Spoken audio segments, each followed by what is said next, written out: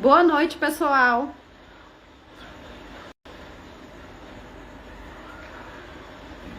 Boa noite, já temos algumas pessoas aqui. Amor e carinho em cada detalhe. Boa noite, Flávia. Boa noite, pessoal. Adriana Fagundes, boa noite. Obrigada, pessoal, por estarem aqui.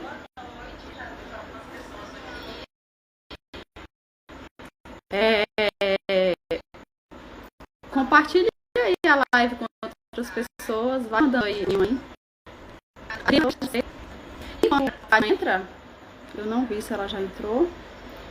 Boa noite, Luciana Batista, a Leandra, minha vizinha. A Gilvan Bira, boa noite. Tá? Então desliga. Gente, eu coloquei o ventilador aqui, mas tá com barulho. Aí eu vou ter que ficar sentindo calor mesmo. Antes de chamar a Fátima, eu vou fazer um convite bem especial. A Clínica Grão de C, que é a clínica de Tayana. Tayana foi psicóloga de Duda por um tempo. Ela, com toda a equipe, vai fazer um evento amanhã bem legal. Ela vai falar sobre um tema super importante, que é cuidar de quem cuida, né?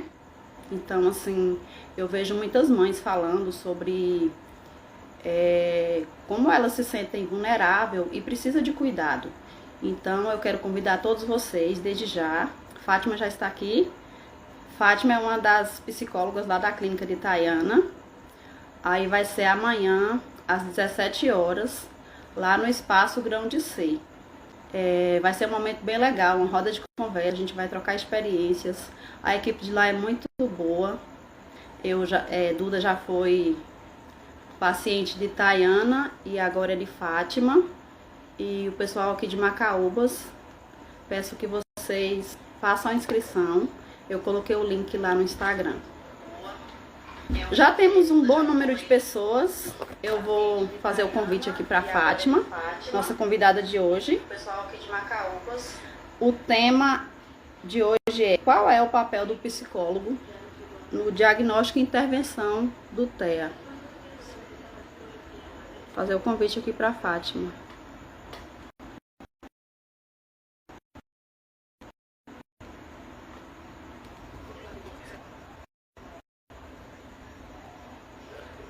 Fátima já está por aí. Minha xará.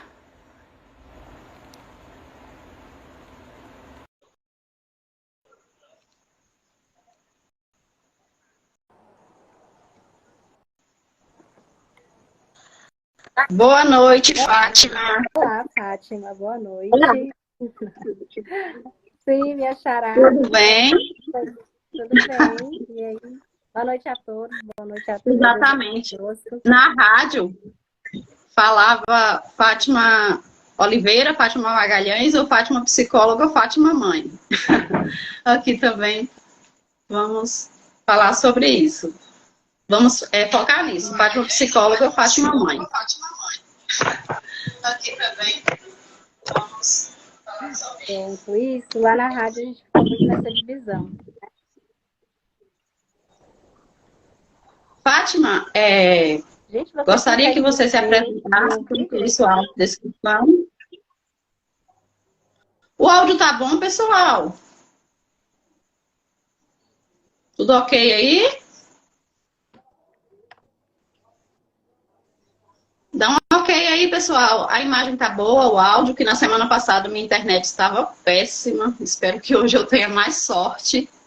Antes da gente começar, falando de... A iluminação também não tá muito boa, tá? Eu peço desculpas. Vou até tentar fazer alguma gambiarra. Tá ótimo, a Leandra disse que tá ok. Ok? Tudo ok.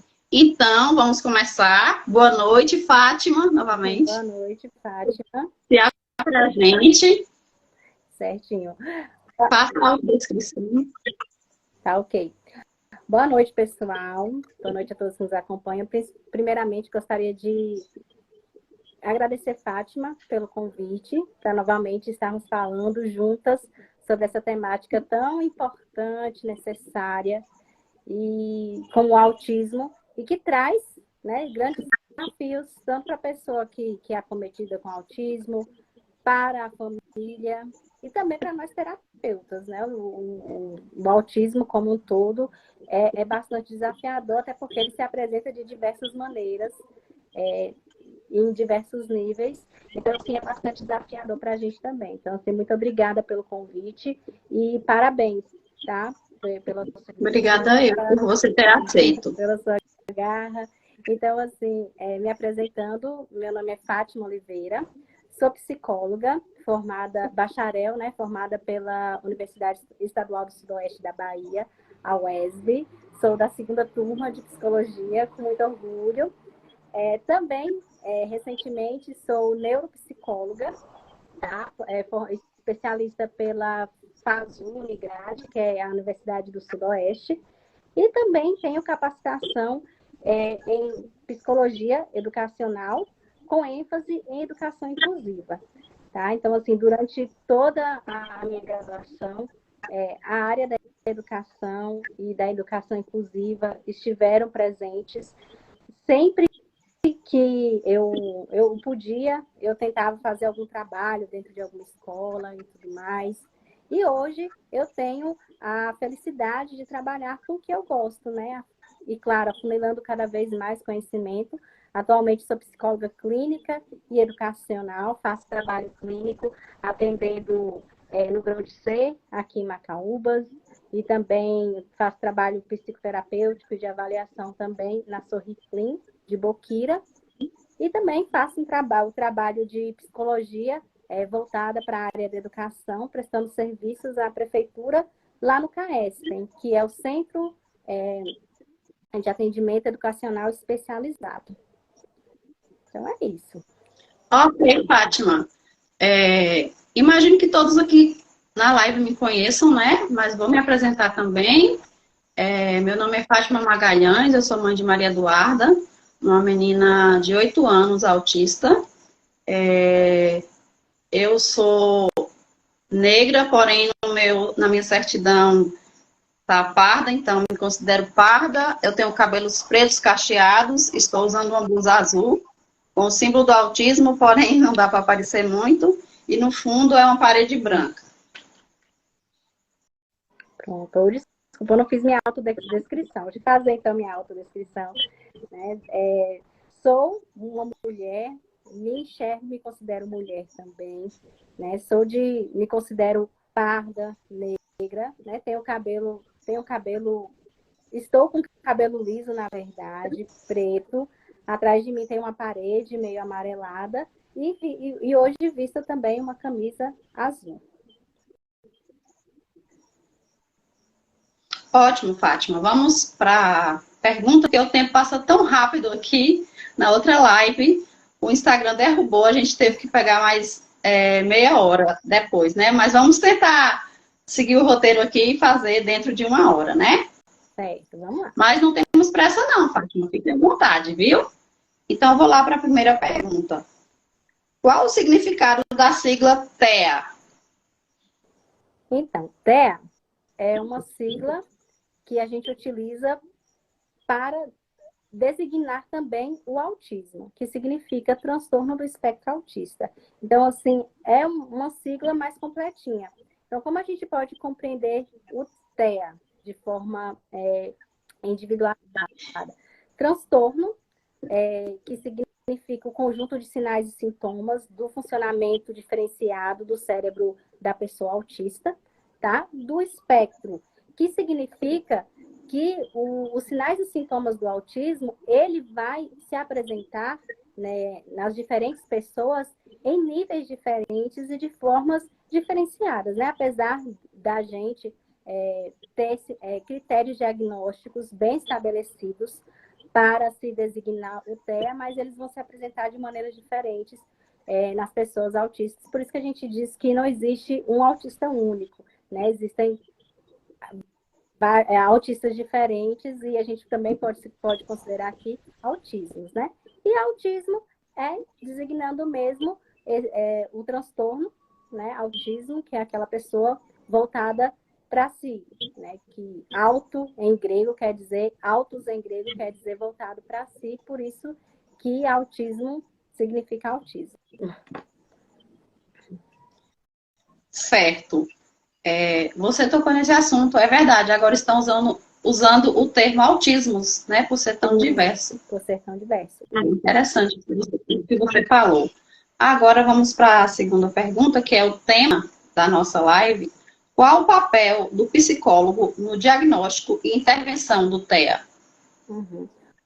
Ô, Fátima, só antes da gente entrar nessa pergunta, eu acho que quando eu falei do espectro, né, eu gostaria de colocar mais umas coisinhas aqui.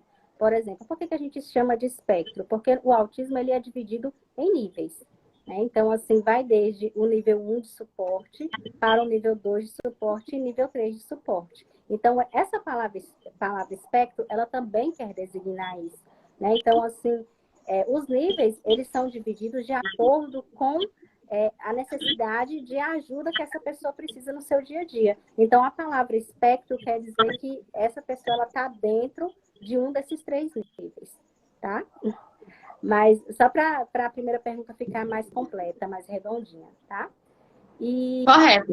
Sempre que você achar necessário, pode intervir, porque eu falo muito e hoje estou um pouco preocupada com o tempo. Mas vou me policiar aqui, tá bom? Também vou me policiar, porque eu falo bastante, fora que o autismo é um assunto bastante complexo, né?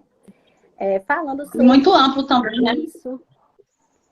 Falando sobre a importância, né, o papel da psicologia, do profissional de psicologia, na avaliação e na intervenção do TEA. Então, o profissional de psicologia, ele tem uma importância muito grande, tanto na avaliação quanto na intervenção, tá? Na avaliação, eu vou me arriscar a dizer aqui que o psicólogo, ele faz um papel de protagonista, digamos assim.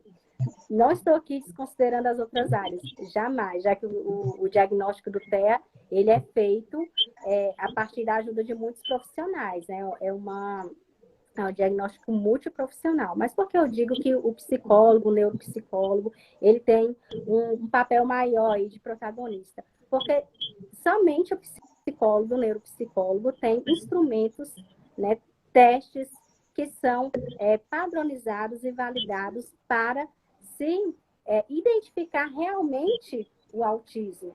Tá? Então, somente o psicólogo e o neuropsicólogo têm essa especialidade. As outras áreas, elas vêm a colaborar com a avaliação de modo de descarte.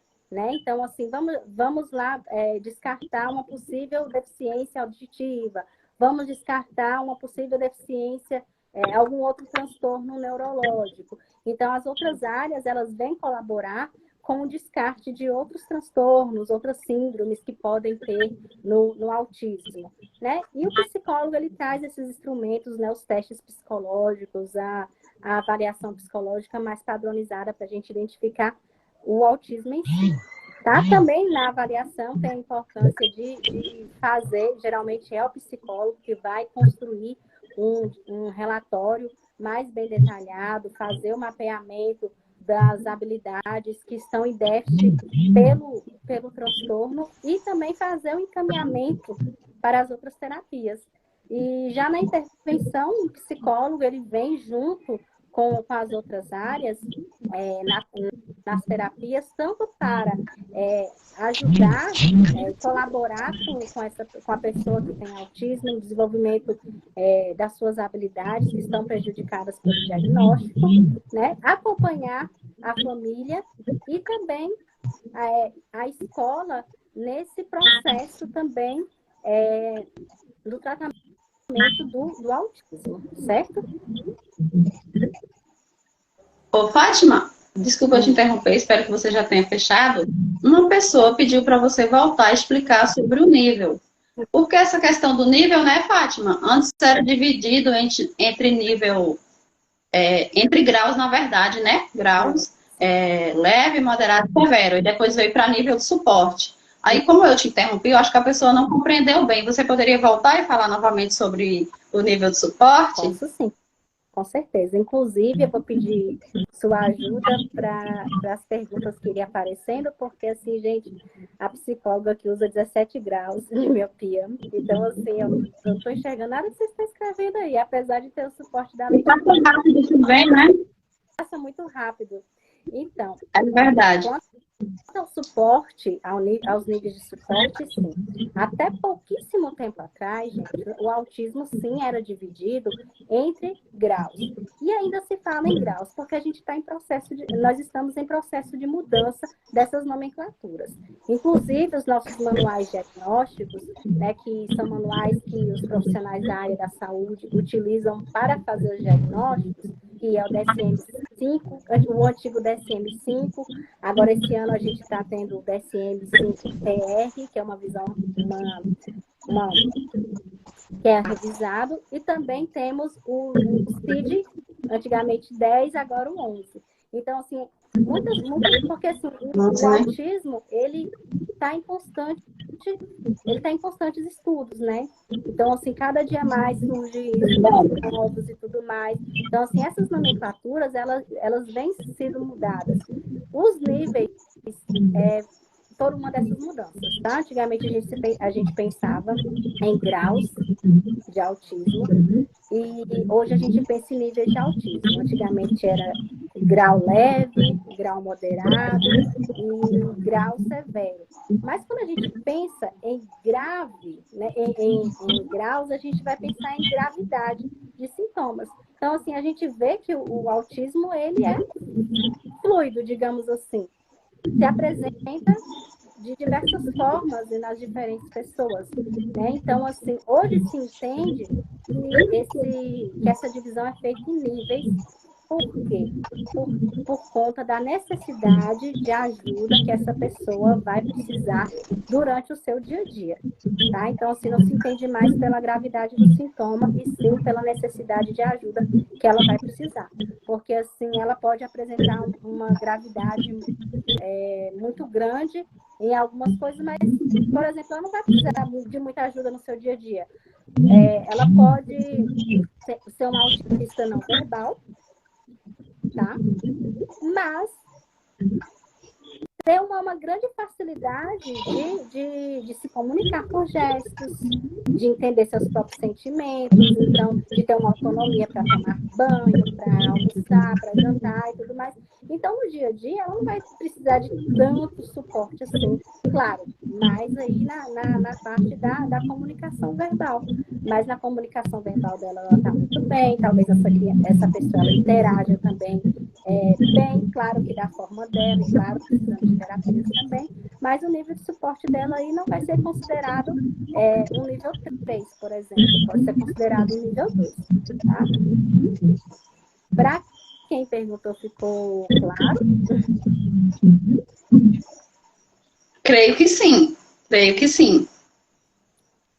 Maria Eduarda, eu sempre falo da minha filha, ela é nível 1 de suporte. Uhum. Nas atividades diárias, nas AVDs, ela tem bastante autonomia. Eu percebo muita dificuldade dela na comunicação e interação social. Então, assim, depende, nível 1 de suporte, alguns têm mais dificuldade em uma coisa, outros já em outras. Só que, assim, o autista, ele sempre vai precisar de algum suporte em alguma área da vida, né? Eu percebo assim. Sempre vai precisar. Em algum nível também. Tem mais uma pergunta aqui da época de Macovas. Tá. Eles estão perguntando como as escolas agrícolas vivem a pedagogia da alternância, fica 8 dias em casa, 8 dias na escola. Como que pode ajudar esses alunos autistas na escola? Uhum. Aí, no caso, creio que é mais na parte pedagógica, né? Sim. Ver se tem uma psicopedagoga, mais em relação à parte pedagógica que a pessoa está perguntando. Tem que ter o PEI, né? Individual. Sim, essa coisas estruturadas. Um PEI, que é o Plano Educacional Individualizado, para ela, e claro, tem que ser considerado o seu nível aí de suporte, o seu nível de dificuldade, de aprendizagem ou não, porque nem todos têm uma dificuldade de aprendizagem.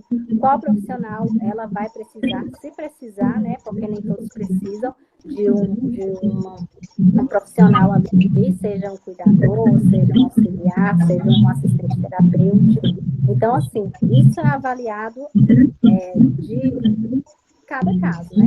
Cada caso é único, então tem que se fazer uma avaliação individual aí de como seria o suporte para as pessoas. E se durante esse período que ele estiver na escola, ele tiver acompanhamento com psicóloga, por exemplo, no CAESP, aí imagino que a escola deva fornecer um transporte, né, para esse aluno, e a parte pedagógica é mais com a parte de coordenação e os professores da escola mesmo. Se for um aluno já com laudo e já tiver um acompanhamento terapêutico, né, a escola tem que dar a esse aluno o direito de fazer a terapia. Ele tem direito de faltar dias na escola, por exemplo, para ir para a terapia ou fazer essa terapia no contraturno, que é o caso do CAESP. Né? Então, todos inclusive, não de autismo, mas a gente tem casos de alunos que estudam na escola agrícola e que faz acompanhamento no CAESP. Então, a gente também respeita, né? A gente vai respeitar o tempo que ele está em casa, então a gente pode usar esse tempo que ele está em casa para fazer o acompanhamento no CAESP, para não prejudicar também a frequência escolar dele, e no contraturno da escola dele.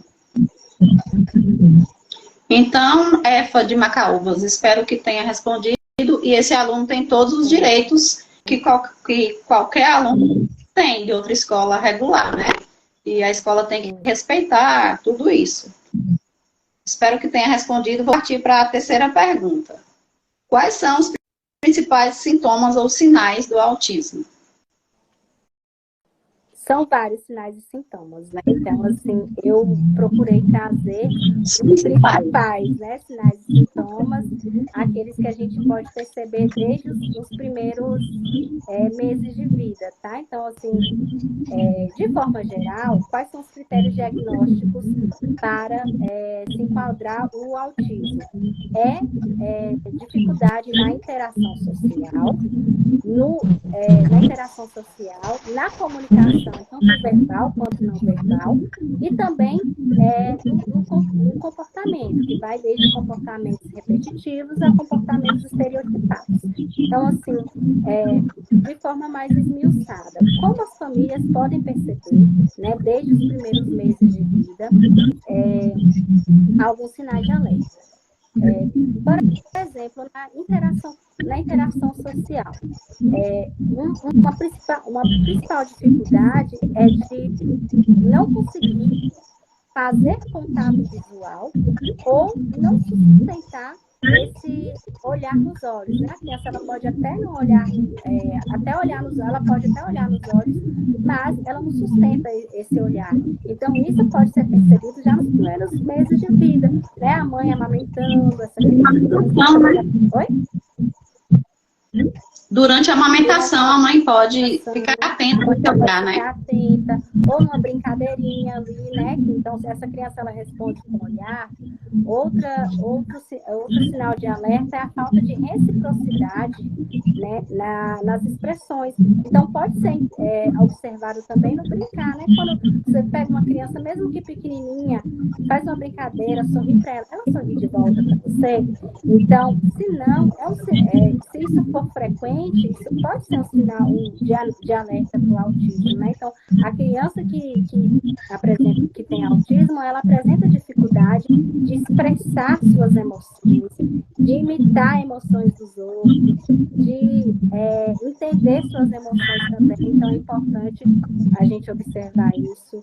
O não apontar também é muito frequente em muitas crianças. Então, assim, é frequente que essa criança não aponte, às vezes, para um brinquedo ou para algo que ela quer. Então, é importante observar se essa criança ela faz essa interação através do apontar. Muito importante, o brincar da criança com autismo geralmente é um brincar diferenciado, né? O brincar mas é um brincar sem a função que aquele brinquedo pede naquele momento, né? Então, assim, ela pode até brincar, tá ali com outras crianças, mas ela brinca de uma maneira diferente, né? Como eu usei na entrevista na Caldas FM esses dias, vou repetir, o exemplo clássico do carrinho, né? A criança, ela tá brincando ali com o carrinho, mas ela não tá brincando com o carrinho de maneira funcional, da maneira que o carrinho pede para brincar, que às vezes é fazendo trilha, passando, né, pela mesa, pelo chão, fazendo os barulhos da buzina, do carro quando arranca. Não, ela pode ficar ali fixada, né, na rodinha, vai brincar só com a rodinha do carrinho, ou se tem uma luzinha, ela fica ali focada naquela luzinha. Né? Ela pode pegar esse carrinho, ou um monte de carrinho, empilhar esses carrinhos, ou enfileirar esses carrinhos. Então, é bastante estereotipado também. A gente já fala dos estereotipos, é bastante estereotipado essa brincadeira na criança com autismo.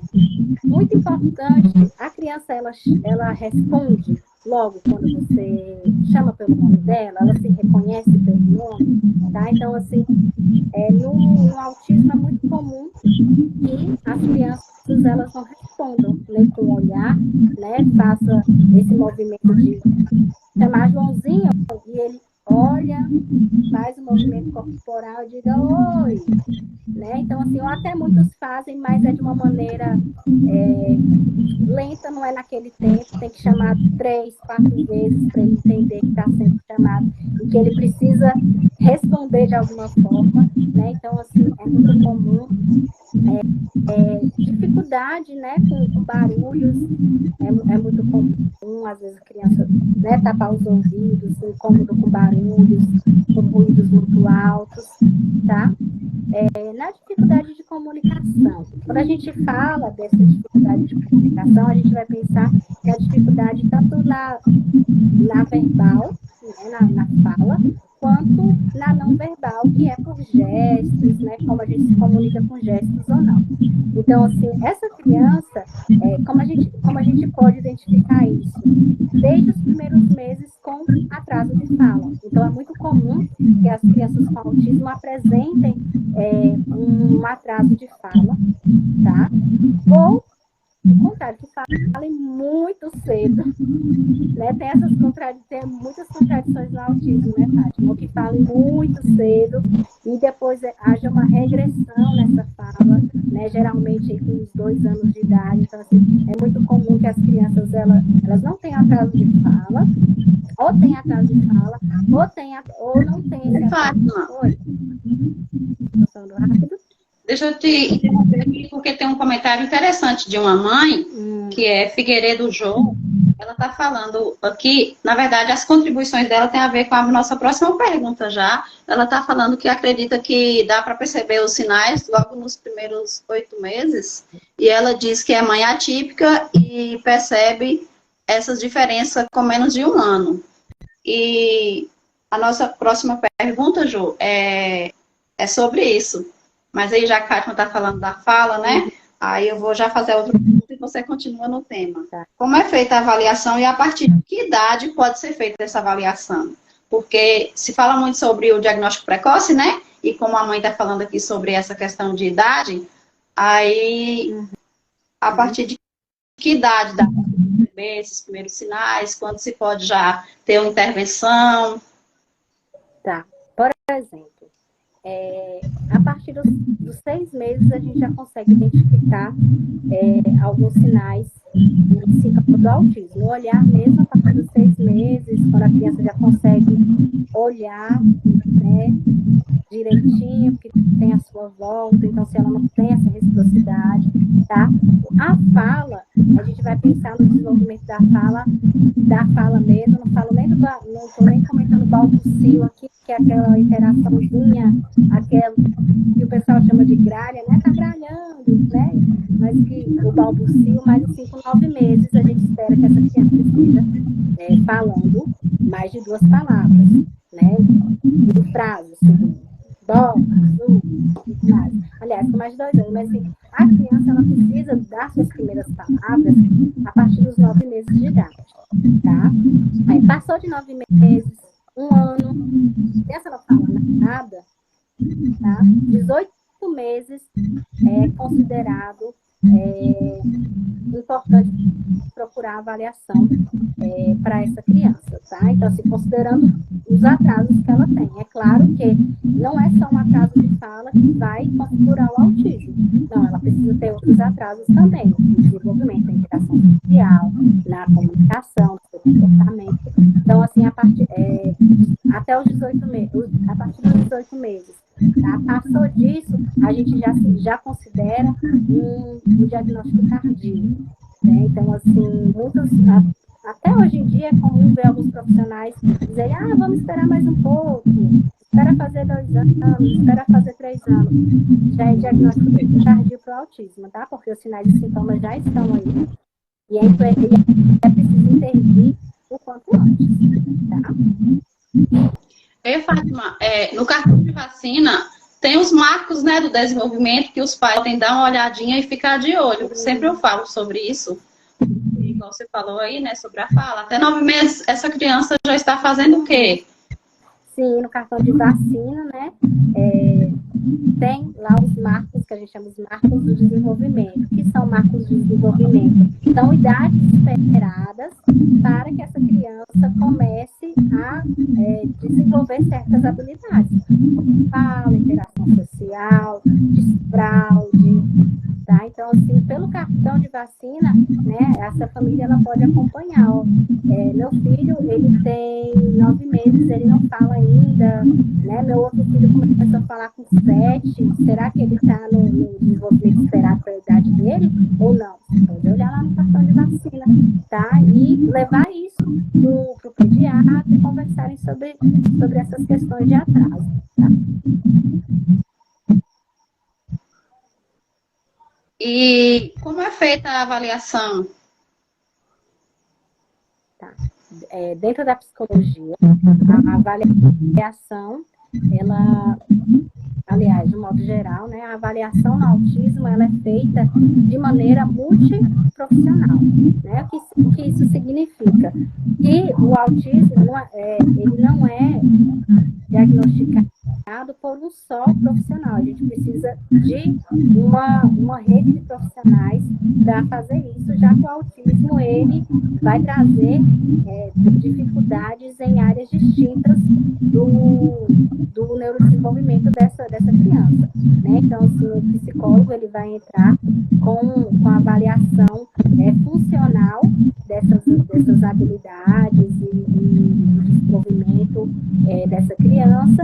Os outros profissionais vão entrar na avaliação, como eu disse, né, no modo de descarte, né, descartando outras possíveis doenças, síndromes, patologias, e até a gente chegar a um diagnóstico final. Não existe ainda nenhum exame de sangue, nem exame de imagem que diga o autismo está aqui, está escaneado aqui o autismo. Então, a gente precisa da colaboração de várias áreas para fazer o diagnóstico assertivo. Certo.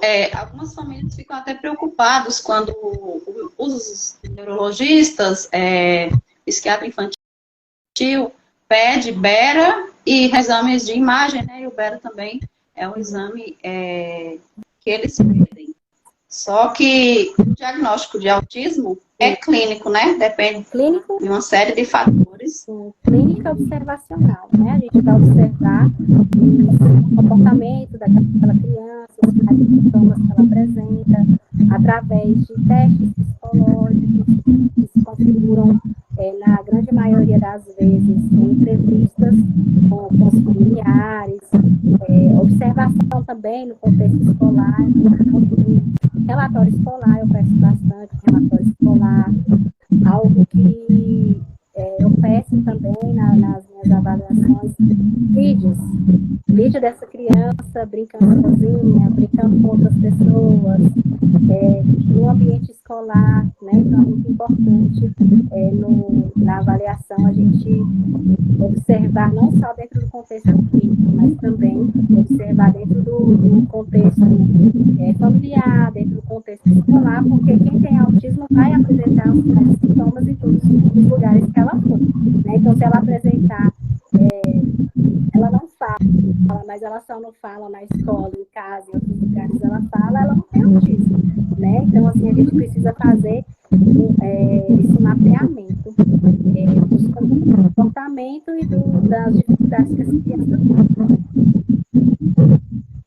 Então, esses relatórios ajudam muito, né, a neuropediatra a achar diagnóstico. Duda, quando fechamos dela, a neuroconsideração e teve que ser levado a o relatório de psicólogo, fono, terapeuta ocupacional, relatório da escola, e a psicóloga, eu lembro que na época foi Tayana, que fechou o diagnóstico de Duda, que passou o relatório para a Águeda, ela foi visitar a Maria Eduarda na escola. Então, o comportamento, de forma geral, tem que ser analisado.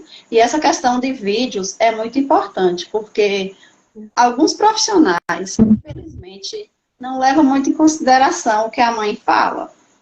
No meu caso mesmo, eu fiquei um pouco... eu não achei que eu fui tão acolhida assim por alguns profissionais, porque não deram...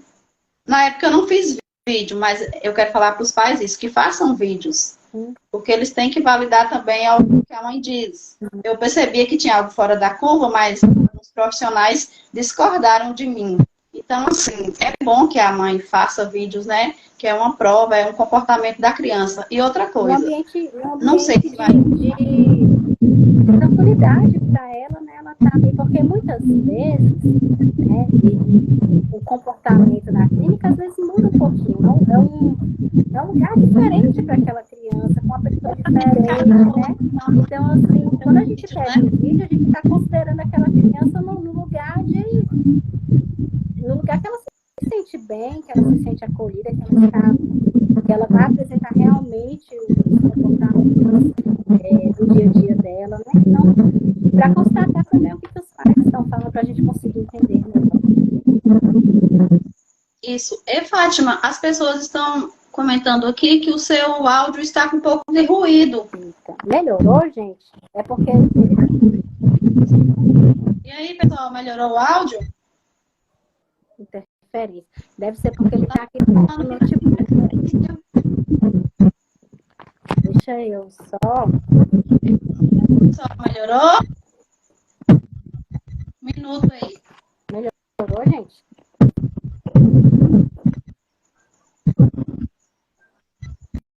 Não melhorou. Nossa. Deixa eu tirar, então. Tá, Fátima? Oi? Será que é o caso da gente pausar aqui e depois a gente volta? Eu não sei o que está acontecendo. Eu estou ouvindo também o ruído. O ruído está vindo para mim também. Eu estou tirando de perto de tudo, qualquer aparelho eletrônico aqui. Vou até desligar o celular aqui também. Então, vamos continuar. Vamos ver se você vai conseguir melhorar. Gente, essa questão de internet é complicado, o áudio, porque não tem muito que a gente fazer, né? Só melhorar a posição aí. Melhorou o áudio de Fátima? Tirei de perto. Eu tô te ouvindo.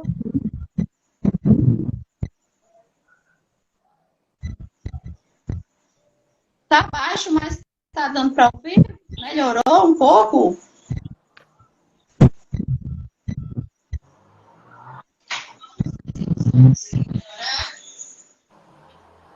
Estou aqui por vocês, gente. Eu consigo te ouvir e te ver bem.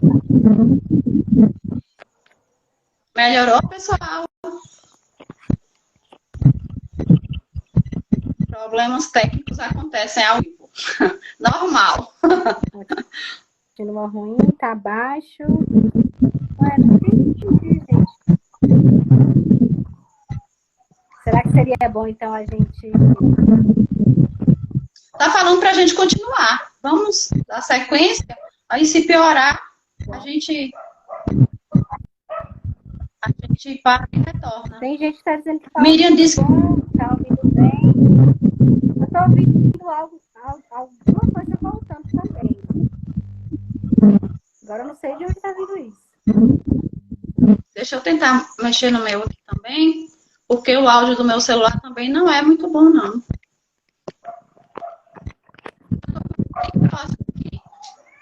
Melhorou. Alguém falou aqui que melhorou. Tá. Qualquer coisa que vocês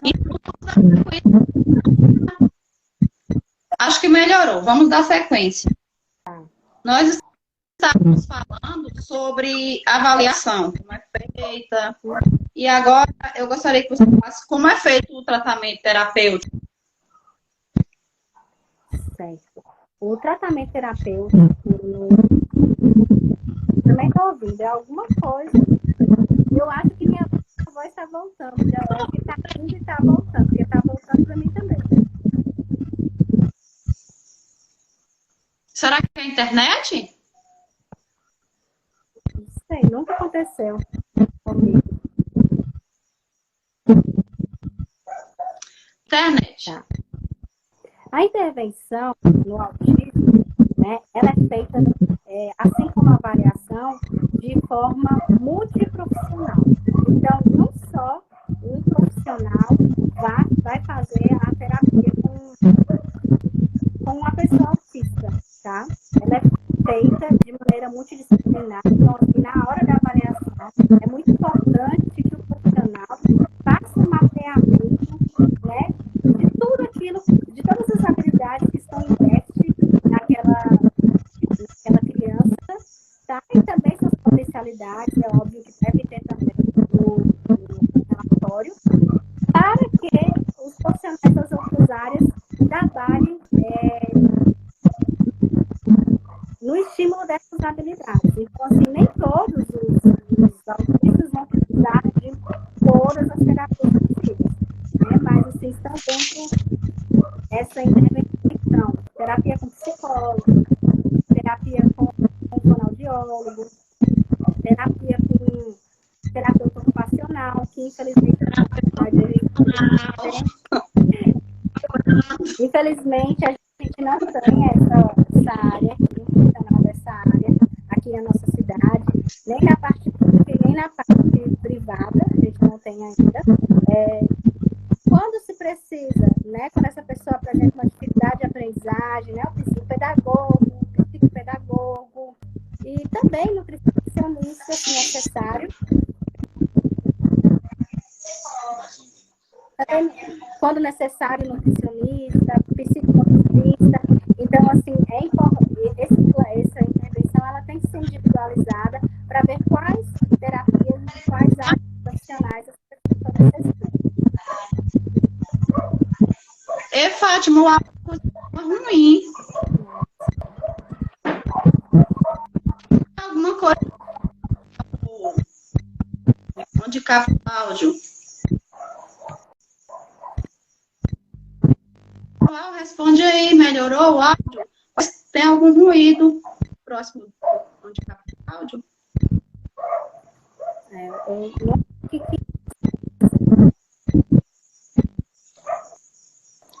Melhorou? Não. Pessoal, vamos tentar abrir outra para ver se é a internet, se é no celular. Tá? Esperar a resposta aí. Não melhorou. Melhorou? Responde aí, melhorou? Tem algum ruído? Tá falando aqui, será que o fone melhora? Oi, gente, eu tô sem fone. Aliás, eu tô até com esse celular aqui, ele não tem entrada para fone, na verdade. Eu vou sair da live aqui. E daqui a pouco a gente entra novamente, tá bom? Porque as pessoas estão falando que não estão ouvindo. E é muito importante. Fátima está falando aqui coisas muito necessárias. Aí eu vou sair e daqui a pouco a gente volta, tá bom? Não nos abandone. Só um minuto aí, problemas técnicos acontecem no ao vivo. Voltamos.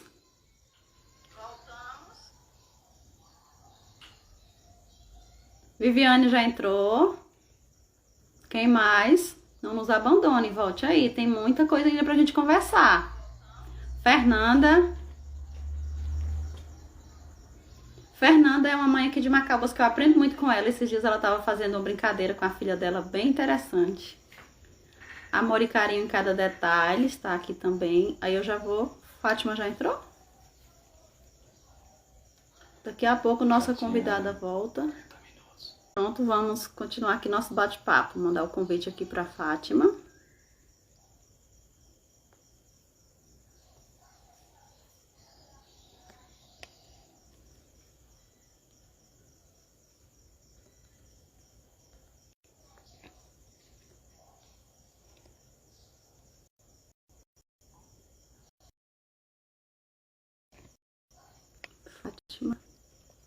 Fátima. Voltamos. Convidar aqui novamente. Fátima Oliveira.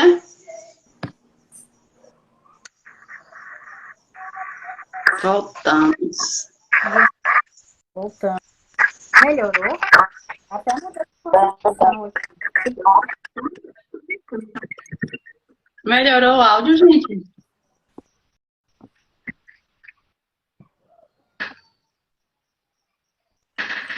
Marilza, boa noite, Marilza.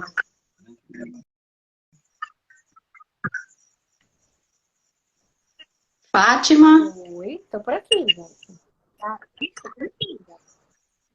Podemos continuar? Vamos fazer o teste de áudio novamente. Vocês conseguem me ver agora? Hernanda. Boa noite, Hernanda. Nossa parceira aí na organização da caminhada, Hernanda. Sim. E aí, Fátima? Pronto. Camila. Melhorou o áudio? Tá melhor. Vamos lá? Pra mim aqui também tá melhor. Tava ouvindo os ruídos, agora não tô ouvindo mais, não.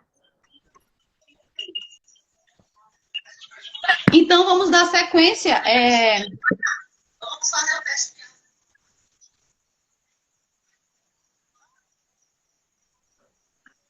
Boa noite, Hernanda. Vamos continuar. Melhorou um pouco os ruídos. Nós estávamos falando sobre intervenção e tratamento. Isso? Podemos passar para a próxima pergunta? Sim. Você tem mais colocação, Fátima, sobre essa parte de...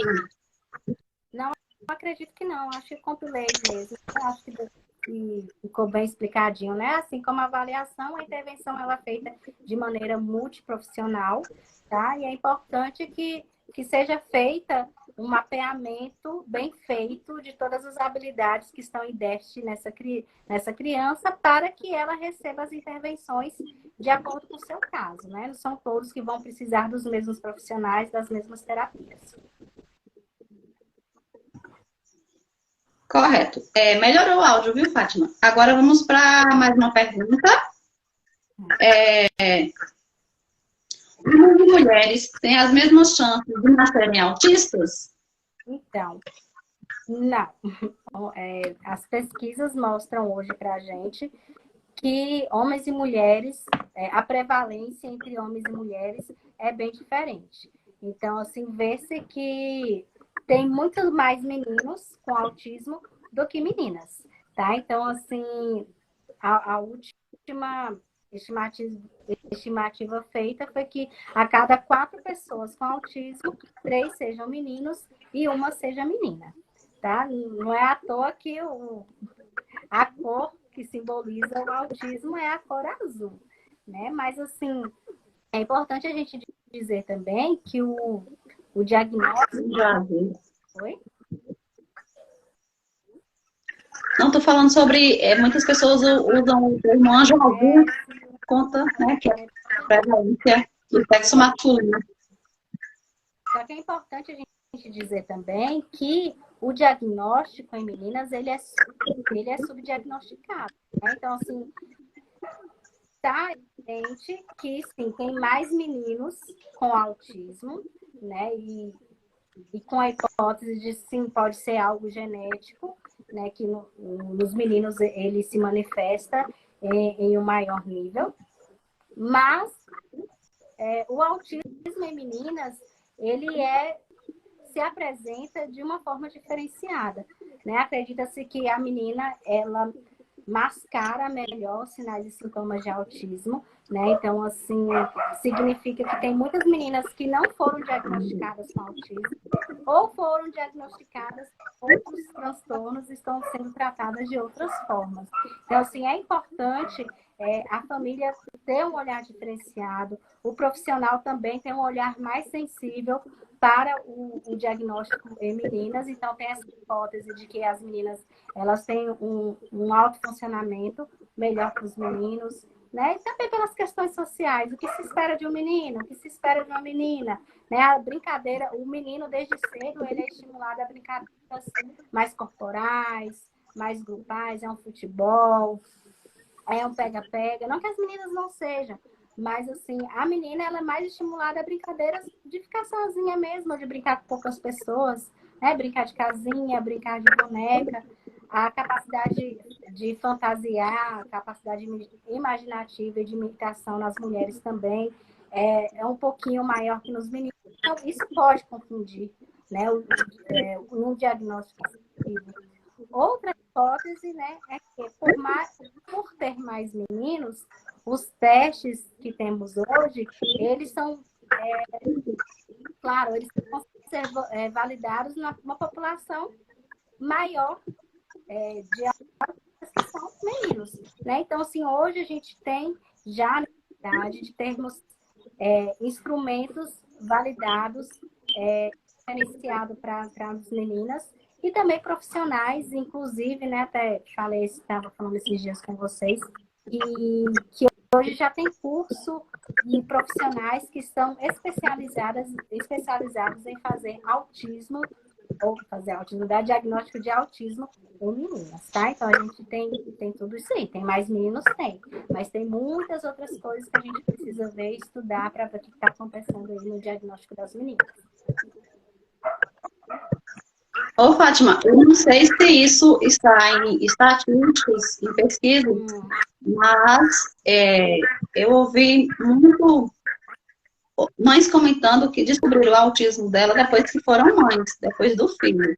Porque elas conseguiram mascarar muito bem, tiveram uma vida considerada normal, só que hoje, quando elas têm informações e vê o comportamento do filho, aí vão conversar com a mãe, lembra da infância. Então, assim, ouvi falar, não sei se é estatística isso, se tem algum estudo, mas que a maioria dos diagnósticos tardios são em mulheres, e principalmente depois que são mães, né? São mães de autista que vão pesquisar, que acaba descobrindo. Então, assim, essa prevalência do sexo masculino pode ser que seja também isso, né? Vamos esperar as próximas pesquisas, porque eu acredito que não seja mais 3 para uma menina, 4 para uma menina. Sim, faz sentido tudo isso que você trouxe, né? A hipótese que a menina mascara, né? E não digo só no transtorno do espectro autista, em outros transtornos, né? Muitas pessoas, muitos adolescentes, muitos adultos, né? Estão tendo diagnóstico tardio em autismo, TDAH e tudo mais, por observar o comportamento dos seus filhos, ou depois do diagnóstico, o filho teve o diagnóstico e falou, nossa, mas eu também apresentava tudo isso, e né, foi estimulado de outras formas aí, e conseguiu se virar na sua vida sem diagnóstico. Mas importante a gente falar que isso, nesses casos, pessoas de nível 1 de suporte, né? E outra, porque antigamente não se tinha muito estudos e tudo mais sobre o autismo. Então, assim, as pessoas eram diagnosticadas, tinham autismo e eram diagnosticadas com outros transtornos, né? Geralmente com deficiência intelectual, que é o antigo retardo mental, né? Eram feitos diagnósticos não assertivos, e as pessoas de nível 1 eram consideradas o quê? Ah, essa pessoa é estranha, ela é esquisita, né? Ela gosta Então, era tida como uma pessoa estranha, uma pessoa bizarra. Então, a gente tem que pensar muito nesse lado, né? Não se tinha tanta difusão de informação e conhecimento sobre o autismo como se tem hoje. Por isso que hoje está com um diagnóstico tardio. Isso que você falou me fez lembrar da última pesquisa que saiu nos Estados Unidos, né? Que diz que o número de autistas agora é 1 a cada 36. E me fez refletir também, e acho que é importante falar, sobre a questão da informação. Que as pessoas falam, é uma pandemia de autismo. Porém, eu creio que é as informações que estão chegando às pessoas, né? E, para mim, o autismo sempre existiu, só que usava outras palavras. Era o esquisito, era palavras que eu nem vou citar aqui, só não falava que era autismo. E hoje em dia, as pessoas descobriram que é autismo, né? Hoje com as informações, tal, tendo mais acesso a médicos, por exemplo. Quando eu era adolescente, eu nunca estudei com autista, mas também não tinha neuropediatra, que era muito difícil acesso a psicólogo. E creio que é isso, é a informação que chegou às famílias, não é que há um surto, não é que autismo só apareceu agora em 2023. Na verdade, o que chegou foi informações às famílias. Informação às famílias, as pessoas conseguem ter acesso à informação, se reconhecer, né, no seu processo, tá? Inclusive, lá nos anos 40 e tudo mais, quando se teve essa noção de autismo e tudo mais, ainda assim, durante muito tempo, o autismo, ele era de diagnóstico porque ainda se confundia com a esquizofrenia infantil, né? Que é diferente, tá, gente? Bem diferente da esquizofrenia nos adultos. Mas já foi, durante muito tempo, confundida com a esquizofrenia infantil. Só depois de muitos estudos, observações, e vem sendo mudado, né? Como eu disse, a nomenclatura até do entendimento sobre o autismo, ele vem sendo modificado, tá? Essa próxima pergunta, Fátima, tem a ver também com essa questão de diagnósticos que eram dados, né, que eram confundidos com autismo. E essa pergunta aqui tem a ver com a questão das comorbidades. Pessoas autistas também podem apresentar outros transtornos e outras comorbidades? Sim, é bem comum. Tá? Inclusive, antes da gente fechar a outra live, eu tinha visto que tinha uma pergunta sobre isso, se o autismo ele poderia ser confundido com o TDAH. Tá? Digo que confundido não, mas tem sintomas parecidos que podem estar ali dentro da hipótese inicial. Tá? E é muito comum... E a pessoa pode ter os dois também, né? É muito comum no autismo que a pessoa ela tenha mais de um transtorno do que só o autismo. Então, o autismo ele pode vir sozinho, como ele pode vir com outros transtornos associados, que a gente chama de comorbidades ou de sintomas comórbidos. Tá? Então, assim, é muito comum que se tenha comorbidade em TDAH, em deficiência intelectual, inclusive 40% das pessoas que têm autismo também pode ter comorbidade em deficiência intelectual. Altas habilidades também. Me fugiu o nome aqui agora, mas é muito comum a epilepsia. TOD, são pré-TOD também pode acontecer. Pode em menor quantidade, mas pode. Mas, assim, os principais mesmo da lista que a gente pode colocar a epilepsia, o TDAH, aliás, epilepsia, dificuldade de deficiência intelectual, TDAH, dificuldade de aprendizagem e altas habilidades, tá? Como também o autismo pode vir como sintoma secundário de outros transtornos. Tá? Então, pode vir uma pessoa com TDAH, ela também pode apresentar o autismo como um sintoma comórbido, tá bom? Sobre essa questão também, tem autistas que têm altas habilidades, né? E eu até comentei na live que nós falamos na rádio que a mídia acaba mostrando muito e ligando o autismo a altas habilidades. E, na verdade, é uma porcentagem pequena de autistas que têm altas habilidades, tipo o médico, que é super inteligente. A maioria dos autistas, pelo que eu li, tem uma deficiência intelectual, né? Sim. Então, a gente vive hoje numa sociedade que tem muita informação e pouco conhecimento, né? Então, assim, a gente vive também refém disso. Vem muitas informações disfarçadas de estereótipos. Então, assim, sim, é comum que uma pequena porcentagem de autistas apresentam altas habilidades, só que a alta habilidade, ela tem vários estereótipos, né? Não é todo autista que tem, a grande maioria não tem alta habilidade, 50% apresenta um desenvolvimento intelectual considerado níveis de outras pessoas da mesma idade, tá? E as outras habilidades também, gente. Porque as pessoas têm algo maravilhoso, não é assim também, não. Também é considerado um transtorno global, tá? Do neurodesenvolvimento. E se não bem acompanhado, ele também pode trazer vários prejuízos para a pessoa que tem altas habilidades, inclusive de interação social. Então, assim, quando a gente pensa em altas habilidades, a gente pensa naquela pessoa super inteligente, em várias áreas.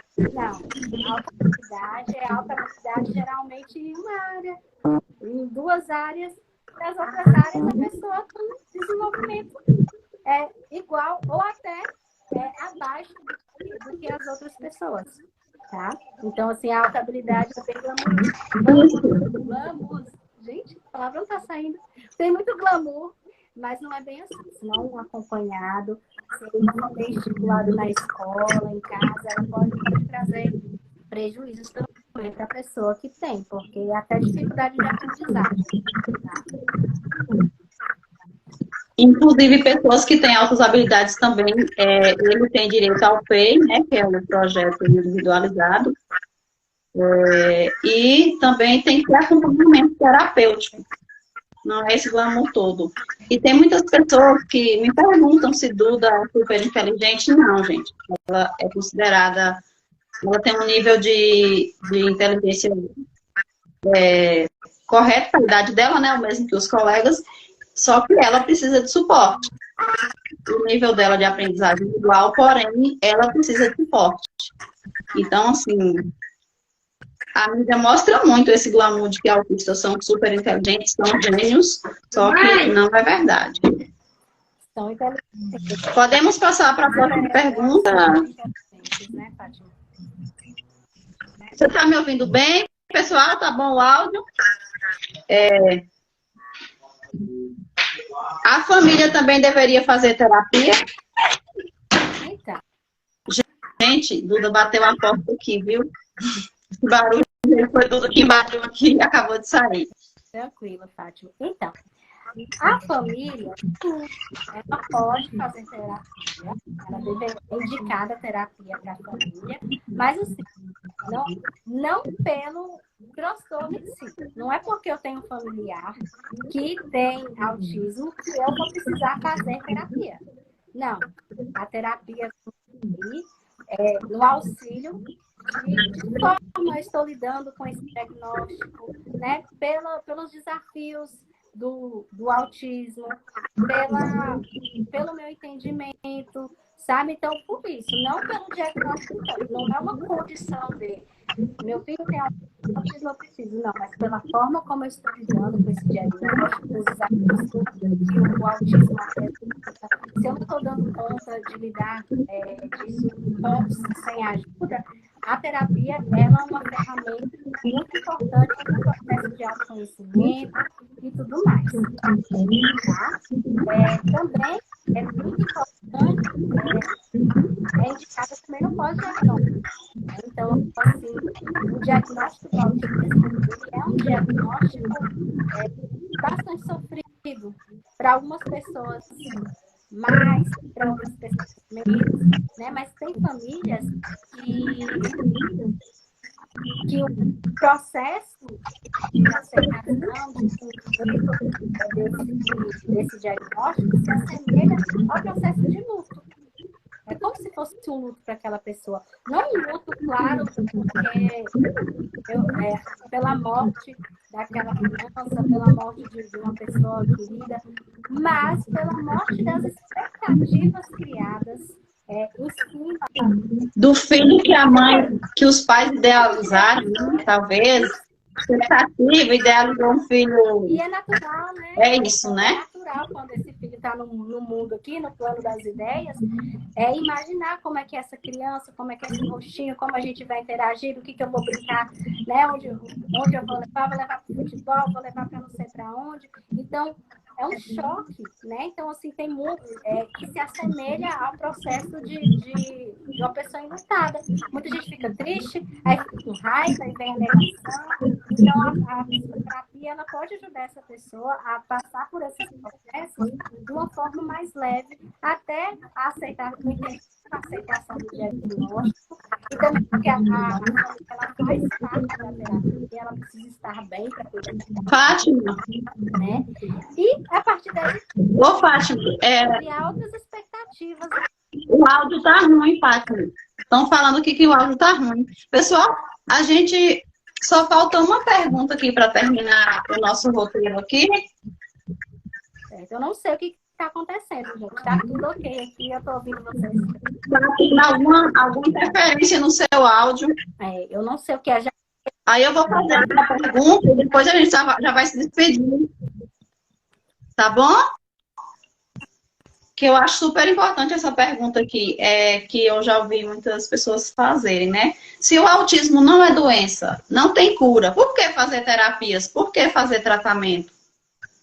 Certo. Pessoal, vocês vão me sinalizar. Vou tentar falar um pouquinho mais devagar. Quando a gente pensa em terapias para o autismo, a gente não vai pensar em uma terapia focada na cura. A gente pensa numa terapia focada na diminuição do sintoma, tá? E trabalha em cima das habilidades que o diagnóstico dificulta. Acho que eu não comentei, mas assim, é importante a gente falar que uma pessoa que está no suporte 3, ela pode, com a ajuda de terapias, mais inclusive de suporte único. Então, o objetivo reduzir esses sinais e sintomas para que a pessoa ela passe, né, vá para o nível 2, vai para o nível 1, ela vai sair do espectro, vai ter cura? Não, mas a gente está buscando trabalhar essas habilidades. Toda e qualquer atividade pode ser construída, pode ser trabalhada, pode ser melhorada, e no autismo é diferente. É buscar qualidade de vida para essa pessoa, buscar autonomia para ela e também o seu bem-estar físico e emocional, ela conseguir ter suas emoções, expressar suas emoções, estar bem com o seu corpo, estar bem com sua mente. Então, a gente trabalha com isso, né? E não com o objetivo da Certo, Fátima. Gente, o áudio continua ruim aí? Sinaliza aí sobre o áudio. Essa foi a nossa última pergunta e Fátima respondeu muito bem. Essa questão de qualidade de vida melhora muito. Maria Eduarda, quando eu comecei, eu estava assim, até desanimada, desanimo um pouco, porque é um trabalho de formiguinha. Mas, assim, eu digo que as sementes que foram plantadas lá, eu já estou colhendo, gente. É muito importante as terapias, essa equipe multidisciplinar dá muito apoio para a família também. Eu mesma, quantas vezes já fui até fácil, não era exatamente com a Maria Eduarda, era eu que tinha que mudar meu comportamento, e as terapias ajudam muito nesse sentido. Vamos para as considerações finais, Fátima, porque estão falando que o áudio continua ruim. Nós tentamos aqui, né? Fátima falou muito bem, porém o áudio atrapalhou um pouco. Aí eu gostaria só que você falasse em quais lugares você atende, além do CAESP, e divulga seu trabalho, Instagram aí, para a gente já finalizar. Desde já eu super agradeço a você por ter aceito o convite. E vamos finalizar aqui, que estão falando que o áudio está ruim, mas desde já agradeço a você, agradeço a todos que estão aqui na live, né? Que não nos abandonaram. Minha irmã está falando aqui, Fátima, para a gente fazer pose para o print, na outra live. Eu não fiz e não consegui salvar nem para fazer a capa da live. Vamos fazer a pose aqui para o print, né? Não vai precisar de áudio mesmo. E depois você faz as considerações finais, fale sobre o seu trabalho, que eu sei que além da clínica de você, né, você atende em outras clínicas. Excelente profissional. Flávia, faz o print aí. Pronto? Não congelei não, viu, gente? Foi só para o print mesmo. Já foi? Pronto, Fátima. Faça aí suas considerações finais. Gente, que pena que o áudio está ruim para vocês. Eu não consigo ouvir, tá? Não tem nada travando aqui comigo. Deve ser realmente alguma interferência que eu não sei de onde está vindo. Mas, assim, me coloca à disposição para tirar dúvidas de vocês. Tem algo que eu falei aqui que vocês entenderam, não entenderam, pode me procurar no meu Instagram, @psicatemoteira. Teremos também a roda de conversa amanhã no Espaço Terapêutico. Então, estão super convidados, né? Entre todos convidados. Sim. Eu acho que pessoalmente a gente não vai ter essas interferências, não vai ter essas interferências, essa barreira virtual. Não vai ter, né? Presencial, será um encontro presencial. Tema muito importante. Me disponibiliza para algum outro dia, Fátima. Se você quiser, a gente pode voltar para falar dessas questões. Tá? Muito obrigada pelo convite. Muito obrigada pela sua iniciativa, pela sua consistência, de sempre, né, correr atrás de sendo inspiração para outras mães e pais. Tá? Vamos falar sobre a caminhada também, não posso deixar esse momento passar. Obrigada, Fátima. Fala aí da caminhada também que vamos fazer. Estou muito empolgada. Vai ter a caminhada, pessoal, sábado, a partir das 8 horas, a partir da pracinha aqui da 2. Depois a gente vai subir para a Praça Matriz. Lá a gente vai ter o stand, onde expor alguns recursos terapêuticos, vai ter espaço lúdico para as nossas então, todos convidados. Então é isso, Fátima. Muito obrigada. E para além desculpa, pessoal, no Instagram, ou lá no Espaço Terapêutico Grão de Ser, em Buquira, lá na Sorriso, tá? Com trabalho de psicoterapia com adolescentes e adultos, avaliação também neuropsicológica, do desenvolvimento, né, de crianças. Certo? Também trabalho com orientação profissional e também estou lá no CAES, tá? Então, assim, quem é professor, né, educador aqui da rede municipal, não deixe também de saber mais sobre o transtorno do seu aluno, não pode procurar lá no CAES, se algum pai ou mãe viu alguns sintomas que tem, até para que a pessoa faça relatório, vir lá no CAES, a gente faz o encaminhamento via relatório escolar, certo? Então é isso, mais uma vez. Certo, Fátima. Então, boa noite, muito obrigada.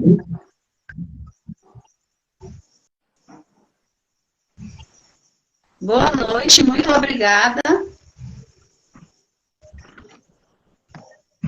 E E Importante. obrigada a todos que estão aqui. Ó, esses problemas técnicos acontecem, mas tentamos passar tudo que estava aqui no roteiro. A Fátima falou muito bem, porque aí. Mas desde já agradeço a todos que estão aqui, agradeço a Fátima. Na próxima semana teremos outra live, e amanhã grão de C, e sábado caminhada. Certo? Tchau, gente. Obrigada, viu? Uma boa noite. Tchau, boa noite a todos.